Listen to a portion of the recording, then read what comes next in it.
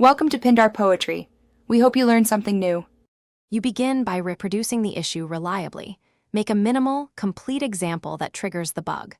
Once reproduced, inspect the stack trace and note the exact Python version and package versions.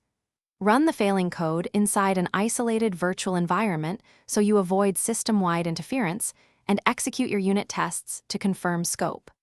Make sure to record input data and configuration. This reduces guesswork and makes every subsequent change safe and targeted.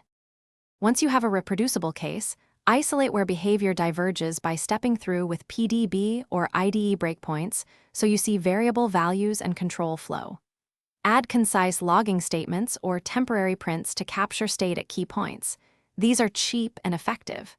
If the bug may be recent, use git bisect to find the commit that introduced it, or disable suspect modules to narrow the problem. Make small, reversible changes and retest after each step to pinpoint the root cause. You now implement a minimal fix that addresses the root cause, then write unit or regression tests to prevent recurrence. Once done, run the full test suite, linting, and type checks to ensure no collateral damage.